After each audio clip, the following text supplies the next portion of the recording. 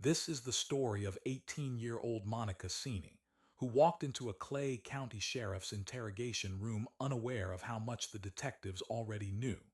A planned fistfight over a mutual ex-boyfriend would soon spiral into gunfire, forever changing her life. You say you did Walmart or no? No. Okay. What's up? Hey.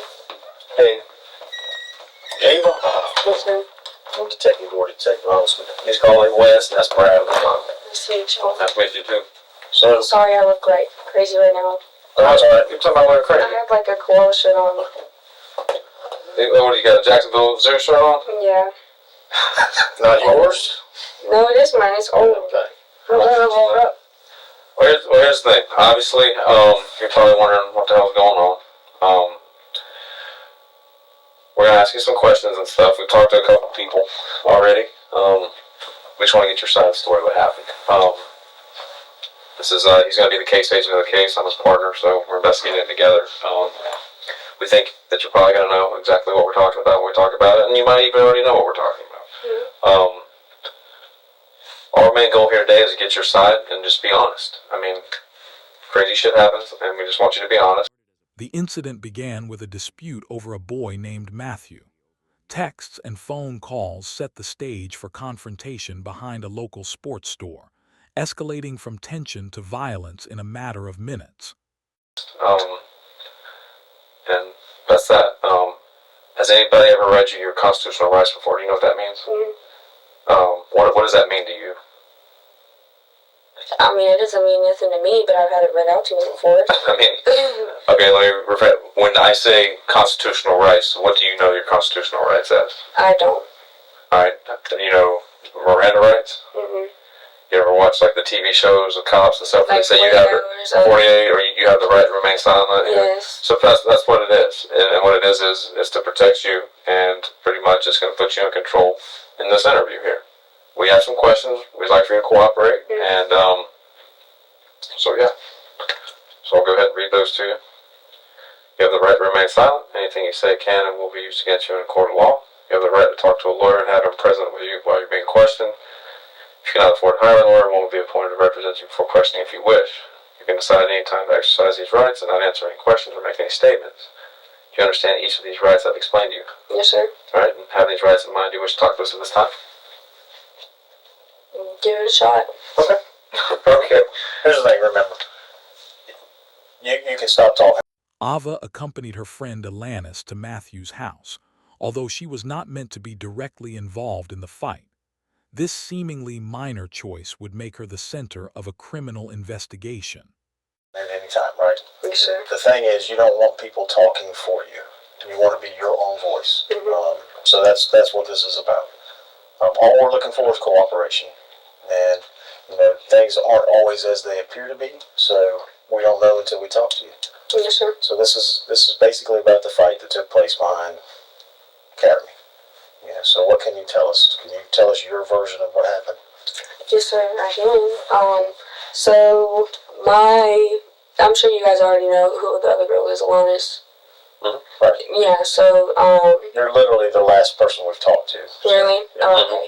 So, we were over at her ex-boyfriend's house yesterday, Matt. I can't remember his last name. Mm-hmm. But we were just hanging out, and we were, like, swimming, because he's got a nice pool, whatever, and we were swimming, and his ex-girlfriend, which is the girl, Autumn, she called him, and she was like, I guess they had hung out, and then, like, they're iffy on each other, so I guess, like, she went crazy whenever she found out that there was other girls over there, and, like, an hour later, Autumn and Alanis engaged in a physical altercation. What began as a personal dispute quickly escalated when friends of both parties joined, and tempers flared beyond control. He has all the texts on his phone of her texting saying, like, just talking crazy, saying that she's gonna be there in 5 minutes. His mom, his parents were there, as everything. So she pulls up in 2 cars deep, both of the cars are full of people, and me and Alonso are at the end of the driveway, like, what in the hell? What the fuck's going on? Mm-hmm. So we told him to get the hell out of there, blah blah blah. And the one guy that was in the Kia car, it was in the box Kia. He like we were like standing in the road telling them to get on because we were like, really, there's a mom up here and parents. Like, what are y'all coming to the house, the mother's house for? It's disrespectful.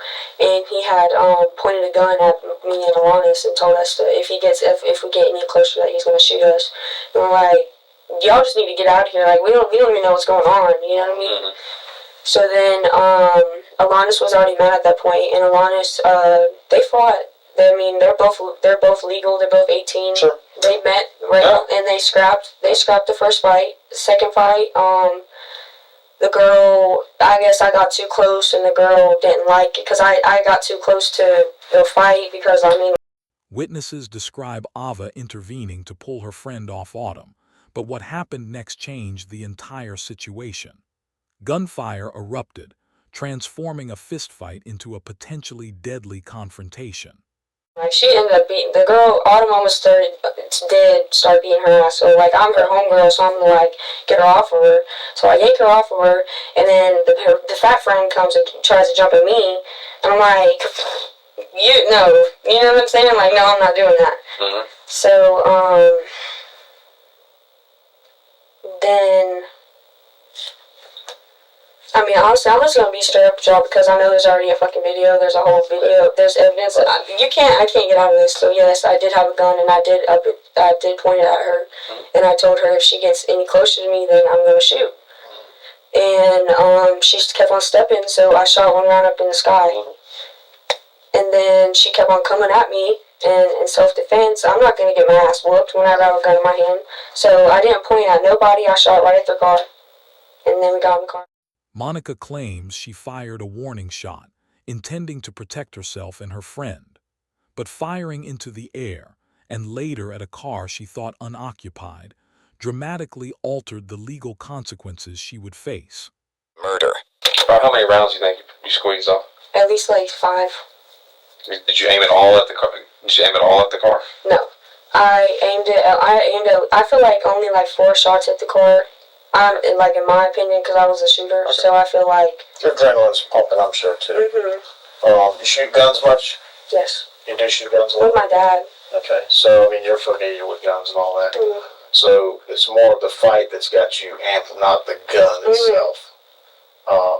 Where is the gun now? I dumped it. Dumped it? In Black Creek.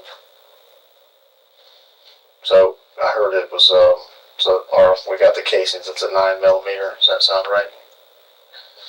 So what I'd like to do, because your story's track on, you're being very cooperative, you're telling the truth. What I'd like to do is what we did with everybody else. Is I'm gonna go get a little marker. It's kind of be like school in here. Yes, sir. Draw a little sketch and kind of put where everybody was. Are you good with that?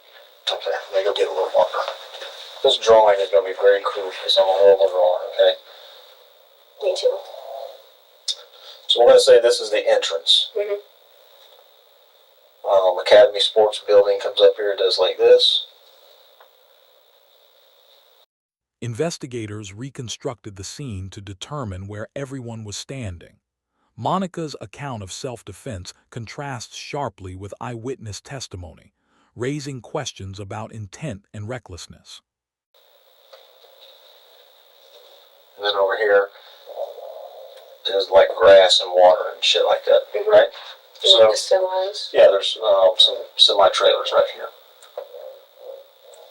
So if you would, tell me where y'all's car was, their car, and everybody was at. Our car was... I'm a horrible driver, too. Okay.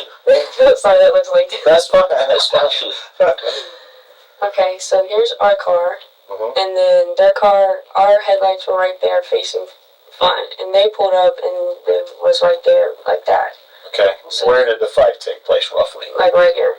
Okay. And then the girl ran up, the Autumn girl ran up, Alanis was just standing there because Alanis didn't really even want to fight her. She was just like mad that she pulled up to the house and was disrespectful to the mom. So then Alanis stood there and waited for it, blah, blah, blah. That happened. And then Alanis went back to the car. During questioning, detectives confronted Monica with photographs and video evidence. Each image forced her to reconcile her version of events with reality, revealing discrepancies in her story. They both drank water and then they went for another. Yeah, that's a little weird. They took a big break. Yeah, and then they started fighting again, and then that's whenever the girl started. So it all happened at least kind of right there in the middle. Mm-hmm. Okay.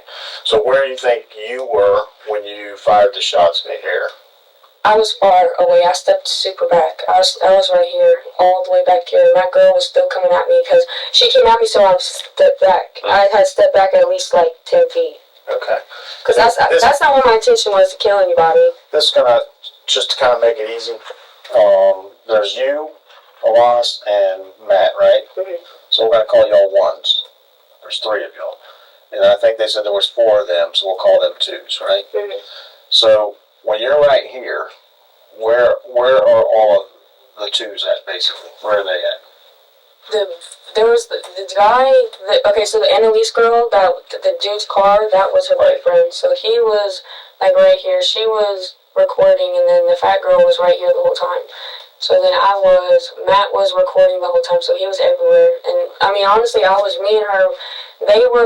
Monica admitted to disposing of the firearm in Black Creek. However, investigators' diligence and cooperation from others ensured the weapon was recovered, linking her directly to the shooting. Here, I'll put 2 and 1. That's them both together fighting. Right. And then me and him are just circling the whole thing. When you, after you fired the shots in the air, when you fired the shots at the car, where are you at? Right, back here. Same place? Same place. And where are they at? Same place. So they never ran? They didn't really run, but they just, because they weren't really paying attention to me. The only girl that saw what was going on was the girl that was coming at me. Everybody else, because whenever I yanked her off, everybody else thought I was jumping. Everybody was like, hey. I was like, right. I didn't even hit her. So then y'all leave. Which way do you go out? We went this way, and then I told her at first we went this way, but because I forgot we went this way. We went this way, and then we went down this way, and then finally found a way to get back out to the landing. Any more shots fired out here? When we were leaving. Okay, and where do you think the car was, roughly? Probably yeah. And I know it's kind of hard to remember. No, but probably it was about, because I second guessed it. Mm-hmm. I really did second guess it. And where were they at? In the car. Well, no, honestly, they weren't even in the car yet. Autumn was, over here, bending down, and he was, I honestly didn't even see it. I don't know where everybody else went. I just saw Autumn over here, Ballistics testing confirmed that the rounds at the scene were fired from Monica's gun. This forensic evidence, combined with witness testimony, left little doubt about her involvement in the crime.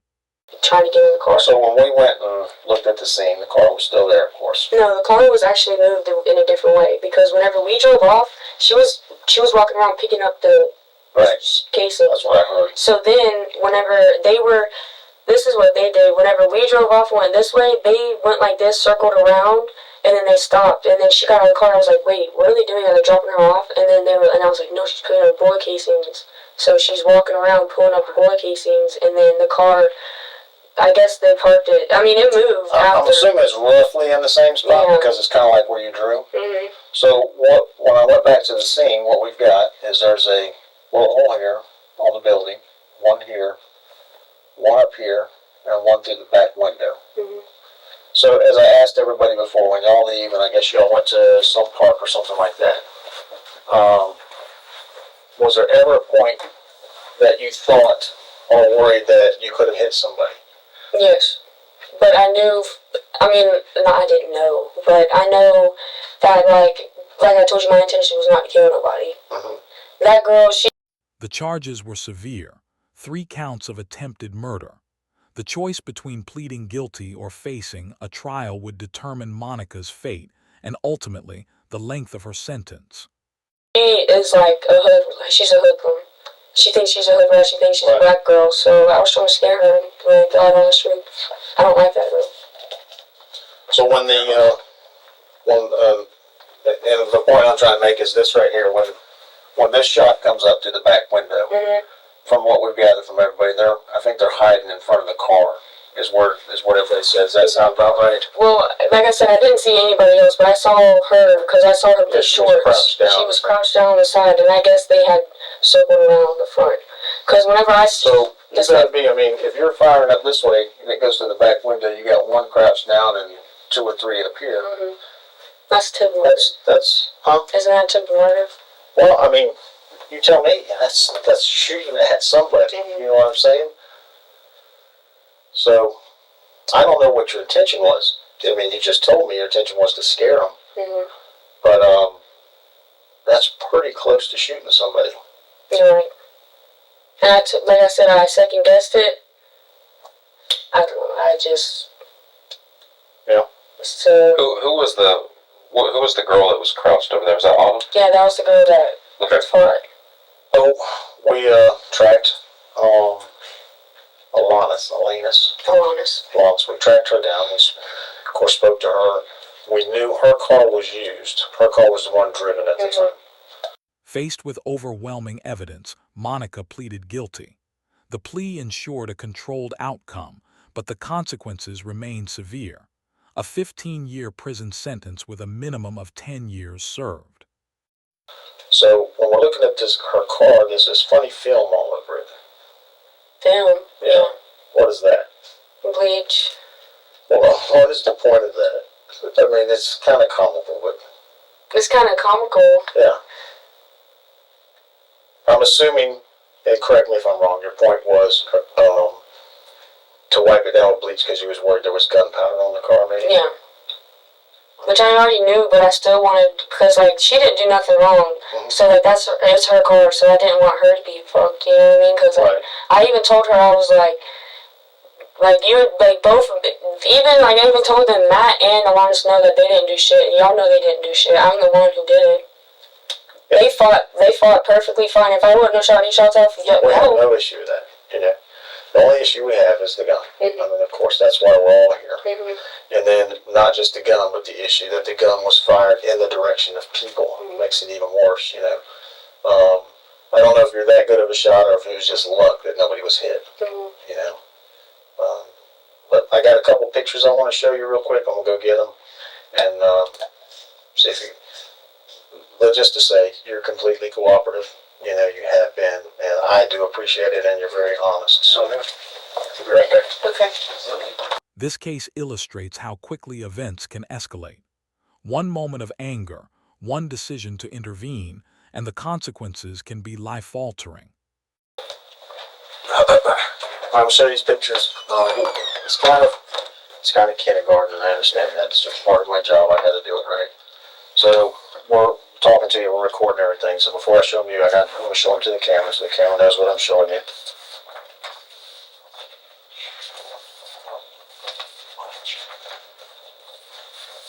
Okay.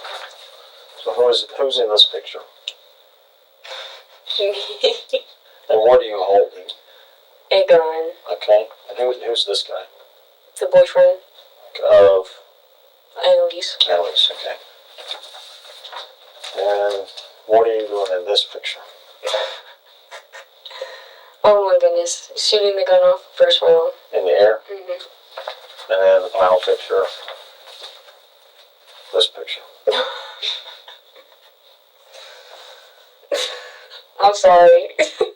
Just, like I said, I know, I get it, but what are you doing? Pointing it at the girl. Okay. So, it was asked of us, do you think you would be able to pinpoint where you threw the gun? Pinpoint? Yeah, if we took you out there, could you say, I threw the gun right there? I don't want to go on a wild goose chase, so, I mean, if it's a lie, it's a lie. So. No, it's not a lie. It's just, I mean, like, it's, I don't know if it's there still, because wouldn't the river take it away, the creek? You throw it, like, right in the middle of the creek? Yeah. I threw as hard as I could have. The point I'm making is if you threw it there, I mean, we got a dive team, they can go check. Like I told you before I left, you've been completely honest with us, and I have no problem telling anybody that. I don't want to change it, and now we go out there and spend 2 hours diving at a creek for a gun that was never thrown there. You see what I'm saying? If it's not there, just tell me it's not there. No, I did throw. That's where we went to after everything happened. Okay. All right. Well, give us a minute. We'll see what we can set up.